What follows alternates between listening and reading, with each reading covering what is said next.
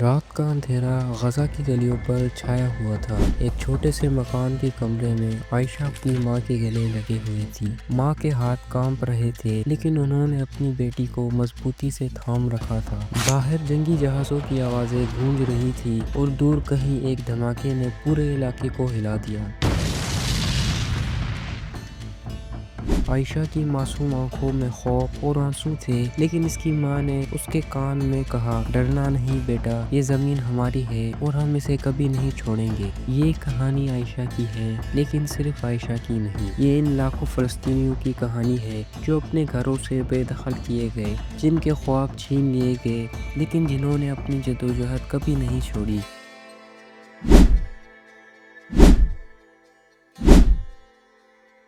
السلام علیکم، میرا نام ہے فیصل اور آپ دیکھ رہے ہیں انون ٹی وی۔ فلسطین کی سرزمین ہزاروں سالوں سے مختلف تہذیبوں کا گہوارہ رہی ہے، لیکن 20ویں صدی میں ایک ایسا واقعہ ہوا جس نے اس سرزمین کو ہمیشہ کے لیے بدل دیا۔ 1948 میں اسرائیل کی ریاست کے قیام نے فلسطینی عوام کے لیے مصیبتوں کا ایک نہ ختم ہونے والا مسئلہ شروع کیا۔ نکبہ یعنی تباہی وہ لفظ ہے جو فلسطینی اس دن کے لیے استعمال کرتے ہیں جب لاکھوں لوگوں کو اپنے گھروں سے زبردستی نکال دیا گیا، ان کے گاؤں جلا دیے گئے، ان کے خاندان جدا کر دیے گئے، ان کی زمینیں چھین لی گئیں۔ یہ صرف زمین کا مسئلہ نہیں تھا، ان کی شناخت، ان کے وجود اور ان کے خوابوں پر حملہ تھا۔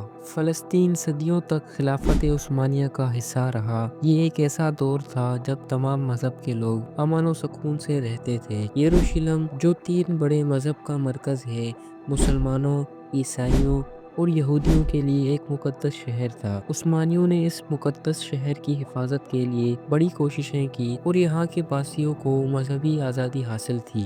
خلافت عثمانیہ کا دور 1517 سے 1917 تک تھا۔ 1917 پہلی جنگ عظیم کے بعد خلافت عثمانیہ کا زوال ہوا اور برطانیہ نے فلسطین پر قبضہ کر لیا۔ 1917 میں برطانوی حکومت نے بلفور ڈکلریشن جاری کیا، جس میں یہودیوں کو فلسطین میں ایک قومی ریاست کے قیام کی حمایت کی گئی۔ یہ اعلان فلسطینی عوام کے لیے ایک دھچکا تھا، کیونکہ اس نے کی سرزمین کو تقسیم کرنے کی بنیاد رکھی۔ 14 مئی 1948 کو اسرائیل کی قیام کا اعلان ہوا، یعنی اسرائیل آزاد ہوا، ایک آزاد ریاست بن گیا۔ اس کے فوراً بعد عرب ممالک اور اسرائیل کے درمیان جنگ چھڑ گئی۔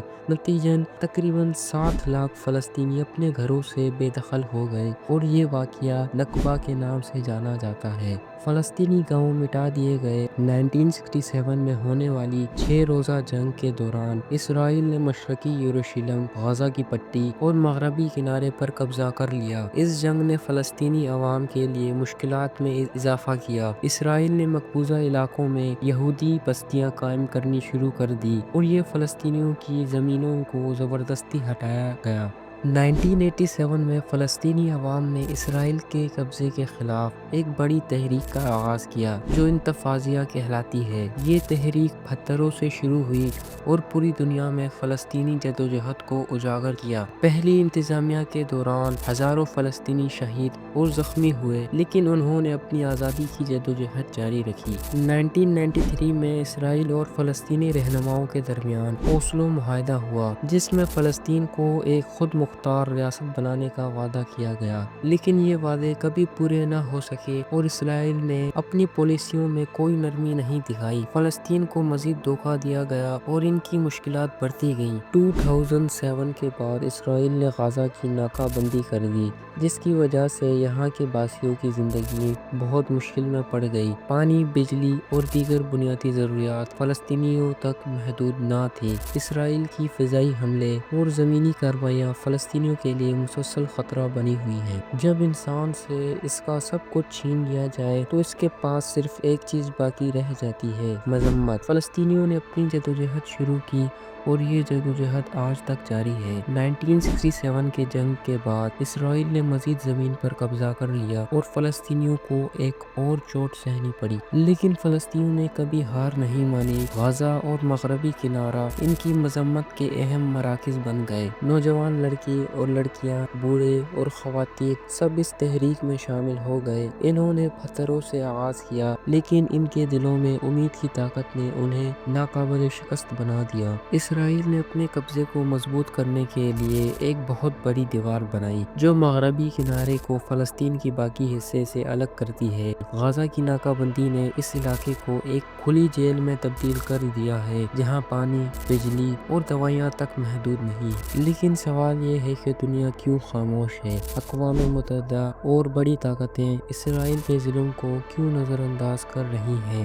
لیکن ان کی جدوجہد کو ختم نہیں کر سکتی۔ فلسطینیوں کی جدوجہد میں خواتین کا کردار ناقابل فراموش ہے۔ ایک ماں جو اپنے بچوں کو کھونے کے بعد بھی اپنی زمین کے لیے کھڑی رہتی ہے۔ ہر گزرنے والے دن کے ساتھ فلسطینیوں کے دلوں میں امید بڑھتی جا رہی ہے۔ وہ جانتے ہیں کہ ان کی جدوجہد طویل ہے، لیکن وہ یہ بھی جانتے ہیں کہ ایک دن ان کی زمین آزاد ہوگی۔ لاکھوں فلسطینی بچے جو جنگ کے سائے میں بڑے ہو رہے ہیں ایک دن اپنی کہانی دنیا کو سنائیں گے۔ ان کے خواب ایک دن حقیقت بنیں گے۔ یہ کہانی فلسطین کے مظلوم عوام کی ہے، لیکن یہ انسانیت کے ہر فرد کے لیے ایک پیغام بھی ہے کہ جب تک دنیا انصاف کے لیے کھڑی نہیں ہوگی تب تک یہ زخم ایسے ہی رہے گا۔